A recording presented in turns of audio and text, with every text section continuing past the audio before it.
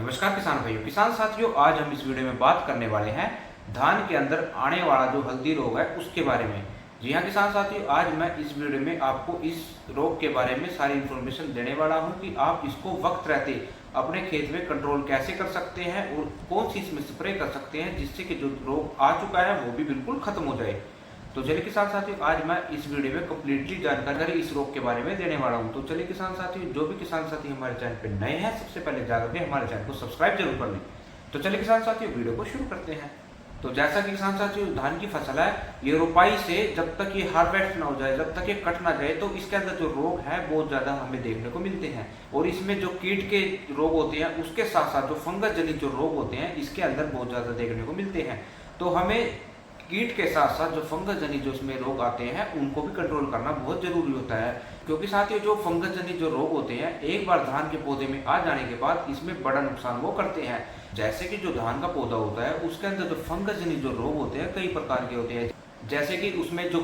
जड़ गलन की जो समस्या थी वो भी एक तरह की फंगस है, या फिर जो उसकी पत्ती होती है वो पीली पड़ना शुरू हो जाती है। शीत प्लाइट का जो इफेक्ट है बहुत ज्यादा देखने को मिलता है। तो किसान साथियों, धान की फसल में भी कई तरह की जो फंगस होती है अटैक करती है। तो ऐसे ही एक जो फंगस जनित जो रोग होता है किसान साथियों,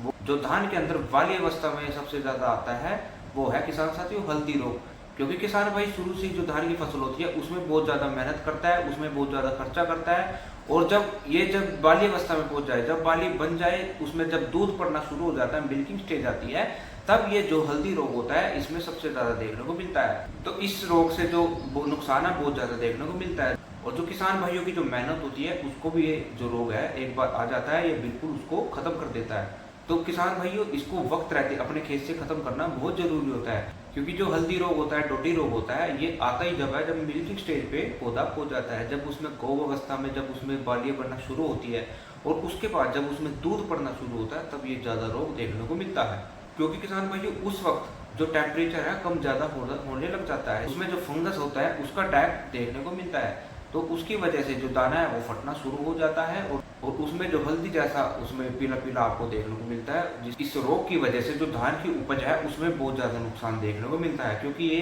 धान की आखिरी स्टेज होती है, और जो ये हल्दी रोग होता है ये जो धान की फसल है इसको बिल्कुल नष्ट करने की पावर ये रखता है। तो इसको वक्त रहते आपको इसमें ऐसी स्प्रे करनी चाहिए जिससे कि आपको जो ये हल्दी रोग है आपके खेत में आ ही ना पाए। तो साथियों, इसके लिए आपको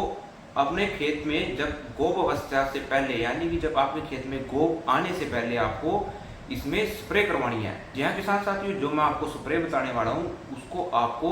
गोब अवस्था यानी कि बाड़ी आने से पहले आपको उसकी स्प्रे करवानी है। तो अब हम उस दवाई की टेक्निकल की बात करें तो किसान साथियों आपको कॉपर ऑक्सीक्लोराइड लेनी है। जी हाँ किसान साथियों, कॉपर ऑक्सीक्लोराइड आपको लेनी है, और ये आपको विशेष कर ध्यान रखना है कि इसकी स्प्रे आपको धान अवस्था की जब बाड़ी आनी शुरू हो जाए उससे पहले,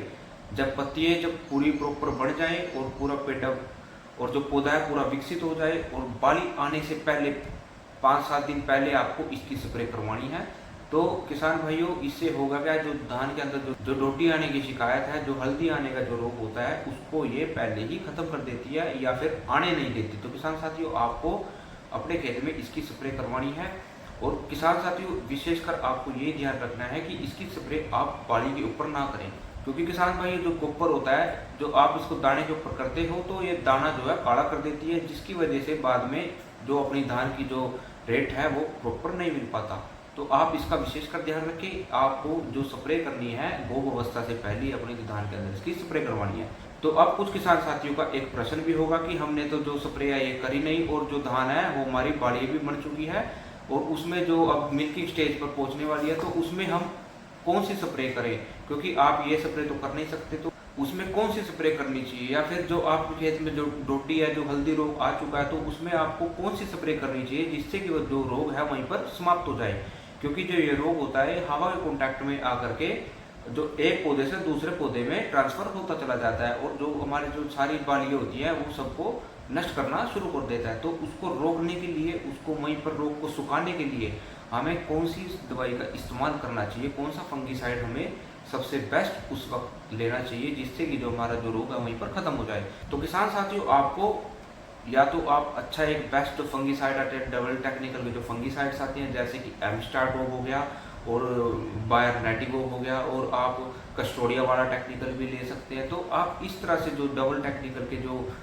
टेक्निकल्स आते हैं, जो फंगीसाइड के जो टेक्निकल्स आते हैं, वो किसान साथियों आपको लेने हैं। जैसे कि आपको कस्टोडिया वाला साल्ट है, उसमें आपको एजोक्स्ट्रोबिन प्लस टेबुकोनाजोल मिलता है, और जैसे जो एमिस्टा टॉप है उसमें एजोक्स्ट्रोबिन प्लस डाइफेनाकोनाजोल मिलता है। तो किसान साथियों इस तरह के आप टेक्निकल लेते हैं, उसकी स्प्रे अपने खेत में 250 ml पर एकड़ के हिसाब से इसकी आपको अपने खेत में स्प्रे करवानी है। तो आपके खेत में जो डोटी है वो वहीं पर रुक जाएगी, और जो धान का पौधा है इससे स्वस्थ होना शुरू हो जाएगा। और किसान साथियों जो उसमें एजोक्स्ट्रोबिन होता है, ये जो पौधा होता है उसको थोड़ा लंबे समय तक हरा रखता है, उसमें ग्रीननेस बड़ी रहती है, जिससे कि जो हमारी जो धान की जो बालियाँ होती हैं वो उस मिल्किंग स्टेज पे जाने के बाद वो कई बार पौधा होता है वो किसी कारण से वो पीला पड़ना शुरू हो जाता है। तो उसमें जो बालियाँ हैं प्रॉपर से, उसमें जो मिल्किंग है, जो दूध है वो प्रॉपर नहीं बन पाता, तो हमारा जो दाना होता है वो खाली रह जाता है, और उसमें बाद में फड़ा हमें देखने को मिलता है। तो किसान साथियों ये भी जो समस्या है इस दवाई से खत्म हो जाएगी। तो किसान साथियों आप इस तरह से अपने खेत में इसकी स्प्रे करवा सकते हैं, या तो आप बाली अवस्था से पहले अपने खेत में कॉपर ऑक्सीक्लोराइड की 500 ग्राम पर एकड़ के हिसाब से आप स्प्रे करवा सकते हैं, या फिर बाद में आप अपने खेत में एमिस्टा टॉप या फिर कस्टोडिया का जो टेक्निकल आता है, या फिर जो नेटिगो वाला बायर कंपनी का टेक्निकल आता है, किसान साथियों आप ये भी अपने खेत में इसकी स्प्रे करवा सकते हैं। तो किसान भाइयों इसकी जो